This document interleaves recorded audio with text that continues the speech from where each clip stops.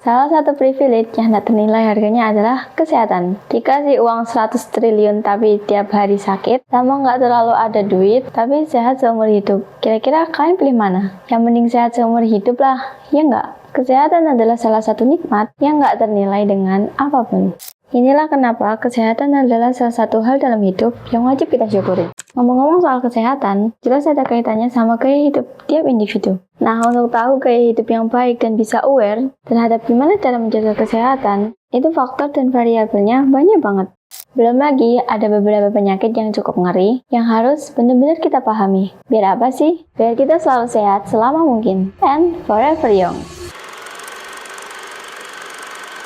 Assalamualaikum warahmatullahi wabarakatuh. Selamat datang di Kerangka Berpikir. Kalian tahu nggak berapa biaya untuk manggil ambulan di Amerika? Aku kasih tahu ya, yang biasa aja paling murah $900-an. Yang servisnya lebih baik, bisa lebih banyak lagi loh. Bisa sampai $2.000-an lebih. Ini kalau dirupiahin udah berapa coba? Bagi orang sana sendiri, walau UMR per kapitanya gede, ngerokok kocek segitu tuh udah termasuk mahal loh. Beda banget sama yang di sini. Mayoritas sih gratis, tapi yang namanya sakit itu, entah karena penyakit atau aksiden, itu nggak ada enaknya sama sekali. Emang sih, selama 5 tahun terakhir ini, menurut data dari BPS, orang-orang yang sakit itu cenderung turun sekitar 6,09%. Walaupun beberapa tahun kemarin, dunia pernah dihajar sama COVID-19, yang total korban meninggalnya sampai 7 juta lebih. Ini yang terdata loh ya, yang enggak. Terus sebenarnya penyakit itu apa sih? Kenapa harus ada gitu? Penyakit bisa diartikan secara harfiah sebagai gangguan kesehatan yang biasanya disebabkan oleh virus atau kelainan dalam sistem jaringan tubuh. Nah, berarti sakit ini kan anomali yang muncul di luar struktur tubuh kita. Untuk menghilangkan anomali yang bernama penyakit inilah, akhirnya manusia mengembangkan teknologi dan sains. Dan teknologi sama sains yang khusus untuk bereksperimen ngelawan penyakit ini, setiap waktu selalu improve agar kedepannya kita mampu menciptakan tatanan manusia yang sehat dan terbebas dari sakit ataupun penyakit. Bayangin, berapa banyak biaya yang udah dihabiskan buat perang melawan penyakit ini. Itulah kenapa kesehatan ini sangat penting dan juga tak ternilai artinya. Percaya nggak sih kalau masyarakat yang sehat, maka kemajuan suatu bangsa atau negara juga akan semakin baik. Ya kalau satu negara sakit semua, apa nggak bubar nih lama-lama? Ekonomi keganggu, pendidikan nggak jalan, inovasi teknologi mandek, pemerintahan yang stagnan, dan lain-lain. Efek dominonya bakalan panjang banget. Di setiap negara selalu ada yang namanya Kementerian Kesehatan. Di negara kita pun juga ada. Bahkan dana kesehatan dari pemerintah di negara kita tahun 2023 kemarin dapat kucuran sebesar 172,5 triliun. Nah, di 2024 ini naik jadi 186,4 triliun. Di bawahnya dikit Kemenristek. Alokasinya buat apa aja sih? Ada transformasi kesehatan, industri farmasi, akses yang merata, dan peningkatan kualitas layanan. Termasuk juga subsidi yang kalian terima lewat BPJS atau KIS. Di negara lain juga kurang lebih sama, terutama untuk penggunaan anggarannya. Itulah kenapa kesehatan benar-benar harus serius kita perhatiin. Kita kayaknya lebih sering dengar terminologi kayak war on drug atau war on terror. Nah, tapi kalian pernah dengar nggak war on disease? Masih asing kan di telinga kita? Padahal ini tuh harusnya juga jadi urgensi yang penting. Apalagi di negara kita ini.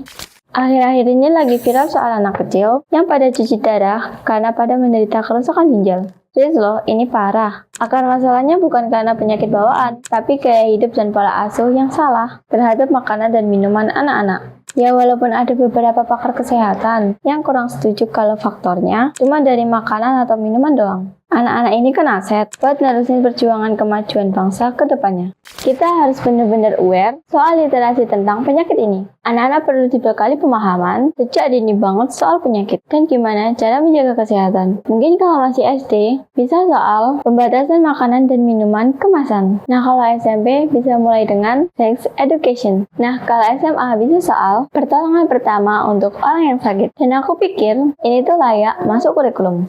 Entah yang umum, swasta, atau yang berbasis keagamaan, mungkin kalau perlu, ada mata pelajaran baru kayak misalnya pendidikan kesehatan. Ya kayak muatan lokal macam PLH gitu dah.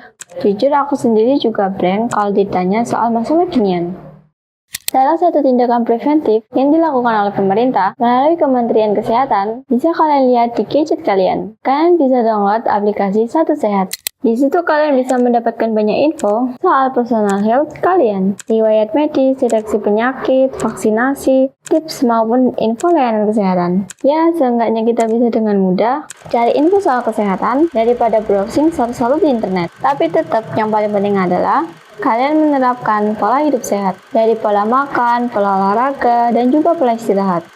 Nah, kalian tahu nggak? Di Desember 1971, Richard Nixon, Presiden US saat itu, mendeklarasikan War on Cancer. Hal itu karena minimnya tingkat survival para penderita penyakit kanker.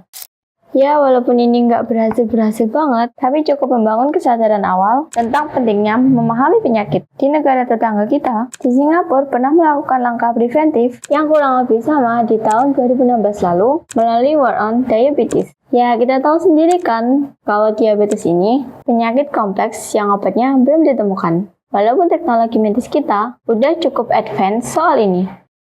Karena emang tiap hari itu kita bersinggungan dengan penyakit kok. Jadi awareness soal ini perlu banget buat ditingkatin. Ini bukan mau fearmongering loh ya, tapi ini ngomong soal fakta. Di Indonesia ada beberapa penyakit yang tergolong kronis yang cukup jadi perhatian para ahli kesehatan. Kanker, gagal ginjal, stroke, diabetes mellitus, sama hipertensi adalah beberapa penyakit yang cukup banyak terjadi di Indonesia. Itu top 5-nya. Tingkat kematiannya cukup tinggi. Ada tambahan satu lagi yang suka luput dari perhatian kita, yaitu kesehatan mental. Menurut riset kesehatan dasar di tahun 2018 lalu, prevalensi penderita ini terus naik dari tahun-tahun yang sebelumnya. Dan rata-rata penanganan para penderita ini banyak yang telat karena pergi berobatnya juga telat. Inilah yang akhirnya jadi faktor penghambat treatment terhadap penyakit-penyakit ini. Hasilnya gimana? Fatal. Terus dengan banyaknya varian penyakit kronis ini, bisakah kita mencegahnya agar jumlah penderitanya semakin turun? Sebenarnya bisa kok, ada beberapa langkah preventif yang bisa kita lakuin dan kita mulai dari diri sendiri. Pertama, konsumsi makanan dan minuman yang sehat. Ini tuh yang paling penting. Bayangin aja kalian makannya cuma makanan yang instan, high process, yang bener-bener tinggi gula. What you eat is what you get. Kedua, batasin konsumsi toksin kayak rokok, alkohol, dan narkotik.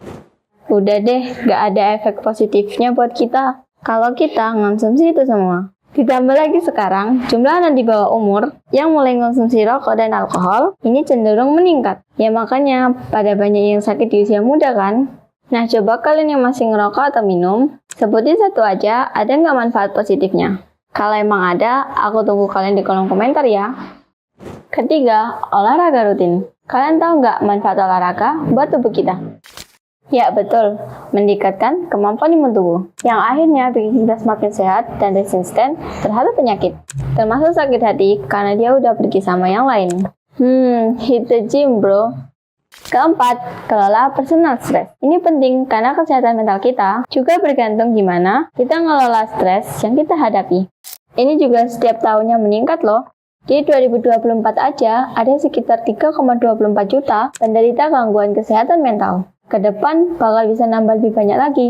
Perlu banget kita juga paham soal ini, karena stigma negatif masih banyak terjadi di masyarakat. Bahkan ada yang jadiin bercandaan karena mental lemah dan sebagainya. Please, mental health is not a joke. Terakhir adalah hidup yang balance antara waktu aktivitas dan istirahat. Ini harus kita jaga. Kalau orang selalu kurang istirahat, itu ancamannya selain penyakit ya obesitas sama memperpendek umur. Jadi please, kita kudu istirahat. Kalau tubuh kita udah ngasih alarm, buat nggak ngelanjutin aktivitas kita. Idealnya sih 7-8 jam sehari. Tapi yang paling penting adalah istirahat yang berkualitas. Nah, ini beberapa tindakan yang preventif yang bisa kita lakuin. Kita kan nggak tahu ya kapan kita sakit. Yang bisa kita lakuin ya jaga diri. Soalnya varian penyakit itu banyak banget. Sebelumnya tadi aku cuma sebutin beberapa. Yang perlu kita pahami nih, mencegah selalu lebih baik daripada mengobati. Emang sih tindakan preventif itu nggak menjamin kalau kita bakal sehat terus. Tapi itu satu-satunya cara biar kita jadi lebih sehat dan produktif. Kalau kita misal udah ngelakuin semuanya, tapi ternyata masih kena penyakit, gimana dong? Nggak perlu takut atau putus asa. Tidaknya kita udah fighting semaksimal mungkin dan sebaik mungkin. Poin utamanya adalah kita jadi lebih paham gimana penyakit-penyakit ini muncul, terus tindakan preventif sama pencegahannya. Itu jauh lebih baik daripada kita nggak tahu, karena kita kurang mau mencari tahu tentang kesehatan itu sendiri. Ingat, seperti yang aku udah bilang tadi, kalau impact-nya ini benar-benar bakal kerasa. Bukan cuma buat kita sendiri doang loh, tapi keluarga, saudara, teman, bahkan buat negara. Semoga kita selalu sehat dan terhindar dari penyakit apapun bentuknya. Gitu dulu ya, semoga bermanfaat untuk kita semua. Wassalamualaikum warahmatullahi wabarakatuh. Bye.